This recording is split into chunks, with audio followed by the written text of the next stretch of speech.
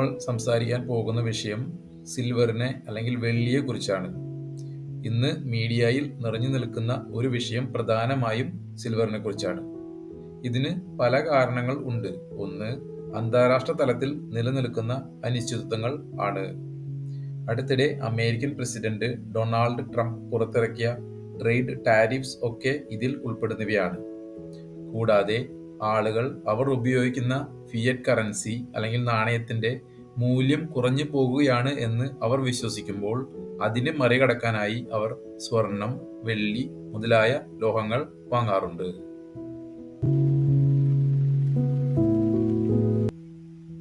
ഇതിനെക്കുറിച്ച് എല്ലാ സാധാരണക്കാർക്കും മനസ്സിലാകുന്ന വളരെ ലളിതമായ രൂപത്തിൽ അറിയാൻ ശ്രമിക്കാം.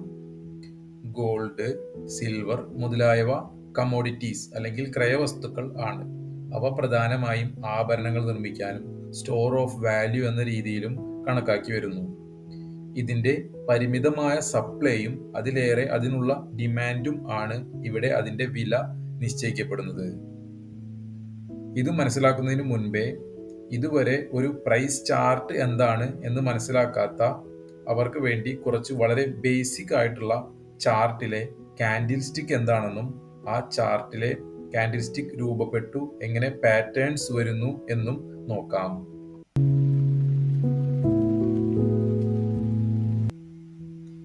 കാൻഡിൽ സ്റ്റിക്ക് പാറ്റേണിനെ പറ്റി മനസ്സിലാക്കാൻ ആണെങ്കിൽ അത് വളരെ വലിയ ഒരു സങ്കീർണമായ വിഷയമാണ്.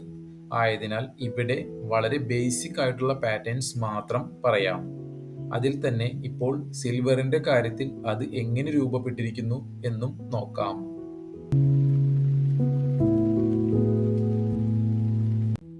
ഇത് ഒരു ചാർട്ടിലെ കാൻഡിൽ എന്ന് വിളിക്കുന്നു. കാൻഡിൽസ് കൂടി ചേർന്നാണ് ചാർട്ട് രൂപപ്പെടാറുള്ളത്. ഒരു ചാർട്ടിലെ ഓരോ കാൻഡിൽ വിശദമായി നോക്കിയാൽ അതിൽ വില എങ്ങനെയാണ് വ്യത്യാസപ്പെടുന്നത് എന്ന് മനസ്സിലാകും. രണ്ട് തരത്തിലുള്ള നിറത്തിലാണ് കാൻഡിൽ രൂപപ്പെടാറുള്ളത്. ഒന്ന് ഗ്രീൻ, ഒന്ന് റെഡ്. ഇവിടെ ഒരു കാൻഡിൽ എടുത്താൽ അതിൽ ഒരു നിശ്ചിത സമയത്ത് തുടങ്ങിയ വില, അവസാനിച്ച വില, ഏറ്റവും കുറഞ്ഞ വില, കൂടിയ വില എന്നിവ അടയാളപ്പെടുത്തുന്നു. ഉദാഹരണത്തിന് ഒരു ഗ്രീൻ കാൻഡിൽ എടുത്താൽ ഇവിടെ കുറഞ്ഞ വില 5 രൂപയാണെന്ന് വിചാരിക്കുക. തുടങ്ങിയ വില 5 രൂപയാണെന്ന് വിചാരിക്കുക. ഒരു നിശ്ചിത സമയത്തിനുള്ളിൽ 5 നിമിഷത്തിന്റെ കാൻഡിൽ ആണെങ്കിൽ ഒരു സ്റ്റോപ്പ് വാച്ച് നിങ്ങൾ സ്റ്റാർട്ട് ചെയ്യുക എന്ന് വിചാരിക്കുക. സോ അടുത്ത 5 നിമിഷത്തിൽ ഈ കാൻഡിൽ എങ്ങനെ രൂപപ്പെടുന്നു നോക്കാം. ഒരു 5 രൂപയിൽ തുടങ്ങിയ വില കൂടി അത് മാക്സിമം ഒരു 10 രൂപ വരെ എത്തിയെന്ന് വിചാരിക്കുക. ഇവിടെ ആ 10 രൂപ നോട്ട് ചെയ്യാം. തുടർന്ന് ടൈം പോകെ അത് കുറഞ്ഞ് അന്നത്തെ ആ ടൈം ഫ്രെയിമിലെ ലോവസ്റ്റ് പ്രൈസ് ആയ 3 രൂപയിൽ എത്തിയെന്ന് വിചാരിക്കുക. പക്ഷേ തിരിച്ചും പ്രൈസ് മുകളിലോട്ട് പോയി 5 നിമിഷം അല്ലെങ്കിൽ 5 മിനിറ്റ് കഴിയുമ്പോൾ പ്രൈസ് അവസാനിക്കുന്നത് 8 രൂപയിലാണെന്ന് വിചാരിക്കുക. സോ ഇവിടെ ഒരു ഗ്രീൻ കാൻഡിൽ രൂപപ്പെടുന്നു. ഗ്രീൻ കാൻഡിലും റെഡ് കാൻഡിലും തമ്മിലുള്ള പ്രധാന വ്യത്യാസം എന്ന് പറയുന്നത് തുടങ്ങിയ വില എപ്പോഴും അവസാനിച്ച വിലയേക്കാൾ കുറഞ്ഞാണ് ഇരിക്കുന്നതെങ്കിൽ, അല്ലെങ്കിൽ തുടങ്ങിയ വിലയേക്കാൾ കൂടുതലാണ് അവസാനിച്ച വില എങ്കിൽ ഗ്രീൻ കാൻഡിൽ രൂപപ്പെടുന്നു. ഓക്കെ, നേരെ മറിച്ച് ഒരു തുടങ്ങിയ വിലയേക്കാൾ കുറഞ്ഞ വിലയിലാണ് പ്രൈസ് അവസാനിക്കുന്നതെങ്കിൽ റെഡ് കാൻഡിൽ രൂപപ്പെടുന്നു.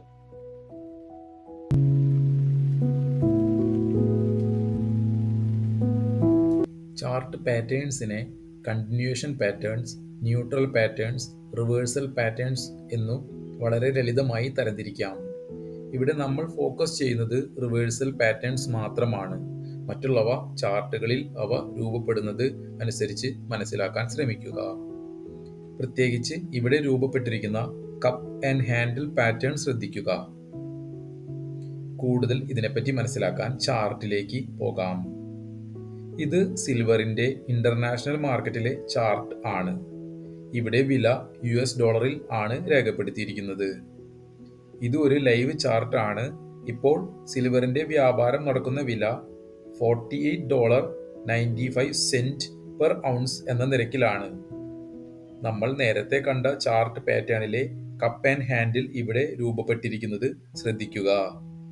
അനാലിസിസിന്റെ അടിസ്ഥാനത്തിൽ പ്രൈസ് ഈ റേഞ്ചിൽ നിന്നും ശക്തമായ ബൈയിങ് നടന്നാൽ ഇനിയും ഉയരങ്ങളിൽ എത്താൻ സാധ്യതയുണ്ട്.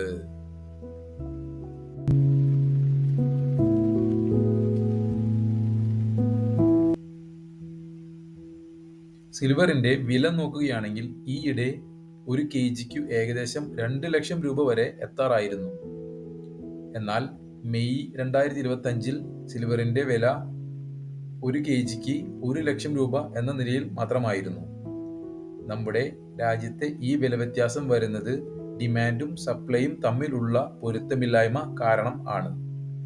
സിൽവറിന്റെ ഡിമാൻഡ് ഈയിടെ വർദ്ധിക്കാൻ കാരണം അതിന്റെ ഇൻഡസ്ട്രിയൽ ഉപയോഗങ്ങൾ കാരണം കൊണ്ട് കൂടിയാണ്. Solar energy, electronics industry, automotive industry എന്നിവയിൽ ആണ് പ്രധാനമായും ഇതിന്റെ ഉപയോഗങ്ങൾ വരുന്നത്. കൂടാതെ ആഭരണങ്ങൾ നിർമ്മിക്കാനും ഇത് ഉപയോഗിക്കുന്നുണ്ട്.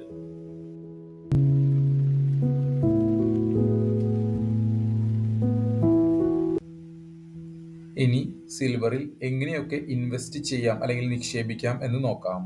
പ്രധാനമായും mutual fund, ETF, exchange traded fund, digital silver, physical സിൽവറിന്റെ രൂപത്തിൽ എന്നിങ്ങനെയൊക്കെ ഇൻവെസ്റ്റ് ചെയ്യാം. ഇതിൽ സിൽവർ ETF പരിഗണിക്കുന്നതാണ് നല്ലത്. ഇവിടെ ഒരു ഡിസ്ക്ലെയിമർ പറയട്ടെ. ഇതൊരു ഇൻവെസ്റ്റ്മെന്റ് അഡ്വൈസ് അല്ല, പൂർണ്ണമായും എഡ്യൂക്കേഷണൽ പർപ്പസിന് വേണ്ടിയുള്ളതാണ്.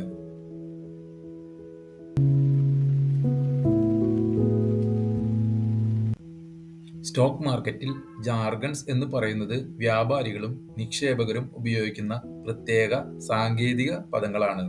ഉദാഹരണത്തിന് ബുൾസ്, ബെയേഴ്സ്, ഡിവിഡൻഡ്, വോളട്ടിലിറ്റി മുതലായവയൊക്കെയാണ്. അത്തരത്തിൽ ഒന്നാണ് INAV എന്ന് പറയുന്നത്. INAV എന്നാൽ ഇൻഡിക്കേറ്റീവ് നെറ്റ് അസറ്റ് വാല്യൂ എന്നതാണ്.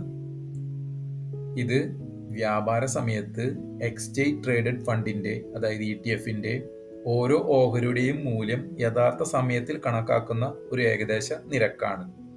മ്യൂച്വൽ ഫണ്ട് NAV പോലെ ദിവസം ഒരിക്കൽ വിപണി അടഞ്ഞതിന് ശേഷം മാത്രമല്ല ഇത് കണക്കാക്കുന്നത്. INAV ദിവസമൊട്ടാകെ തുടർച്ചയായി പുതുക്കിക്കൊണ്ടിരിക്കും. ETF വാങ്ങുമ്പോൾ എപ്പോഴും INAV ചെക്ക് ചെയ്യേണ്ടതാണ്. കാരണം നേരത്തെ സൂചിപ്പിച്ചതുപോലെ പ്രൈസിലെ മിസ്മാച്ച് നമ്മുടെ മാർക്കറ്റിൽ വളരെ കൂടുതൽ ആണ്. അതിനാൽ ഏത് ETF ആണോ വാങ്ങാൻ ഉദ്ദേശിക്കുന്നത് ആ ഫണ്ടിന്റെ INAV-യും അത് വ്യാപാരം നടന്നുകൊണ്ടിരിക്കുന്ന വിലയുമായി താരതമ്യം ചെയ്ത് വാങ്ങേണ്ടതാണ്. വില INAV-യേക്കാൾ കുറഞ്ഞതാണ് എങ്കിൽ അത് ഒരു നല്ല വിലയാണ് എന്ന് അനുമാനിക്കാം. ഒരു ബ്രോക്കറിന്റെ സഹായത്തോടെ ETF വാങ്ങാവുന്നതാണ്. ഇവിടെ സിറോദ എന്ന ബ്രോക്കറിന്റെ സഹായത്തോടെ അതെങ്ങനെ എന്ന് നോക്കാം. ഇവിടെ UTI, ICICI, നിപ്പോൺ സിൽവർ ബീസ് എന്നിവ കാണാവുന്നതാണ്. സിൽവർ ബീസ് സെലക്ട് ചെയ്യാം. എത്ര എണ്ണമാണോ വാങ്ങാൻ ഉദ്ദേശിക്കുന്നത് അതിവിടെ രേഖപ്പെടുത്തി ബൈ എന്നതിൽ ക്ലിക്ക് ചെയ്ത് വാങ്ങാവുന്നതാണ്.